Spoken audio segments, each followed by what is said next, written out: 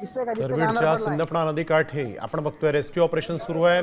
कुर्ला गावामध्ये जे लोक अडकलेले आहेत पुराच्या पाण्यात त्यांना बाहेर काढण्यासाठी एनडीआरएफचे जवान रवाना झालेले आहेत।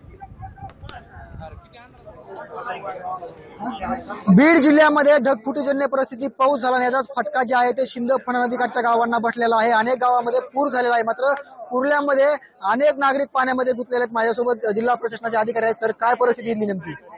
आता सध्या जे मिलिटरी पथक आलेलं आहे त्या पथकाने आता समोर भिल्ल वस्ती आहे आणि समोर बाजूला आणखी एक कैकाडी वस्ती आहे। दोन्ही मिळून साधारणतः 75 लोक अडकलेले आहेत आणि हे सर्व लोकांचा रेस्क्यू करण्याचं काम सध्या सुरू आहे आणि ते लवकरच संपेल असं वाटतंय। किती नागरिक गुंतलेले आहेत, काय माहिती आहे तुम्हाला? हो, 2 वस्ती आहेत, मुख्यतः भिल्ल वस्ती आणि कैकाडी वस्ती, या दोन्ही मिळून 75 लोक तिथं अडकलेले आहेत। एवढा मोठा आकडा आहे, याच्या अगोदर त्यांना सूचना देण्यात आल्या नव्हत्या का जिल्हा प्रशासनाकडून? हो, नक्कीच।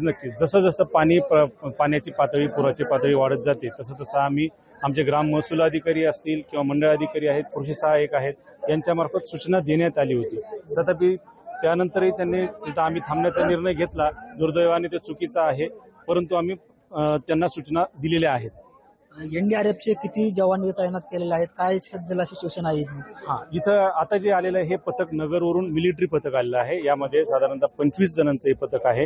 त्यांच्याकडे सर्व आधुनिक साहित्य असतं, त्याद्वारे ही प्रक्रिया सुरू आहे। किती वेळ हे रेस्क्यू ऑपरेशन चालेल त्याचा काय तुम्हाला अंदाज?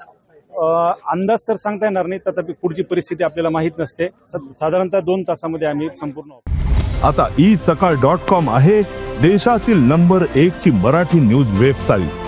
प्रत्येक अपडेटसाठी isakal.com ला नक्की भेट द्या।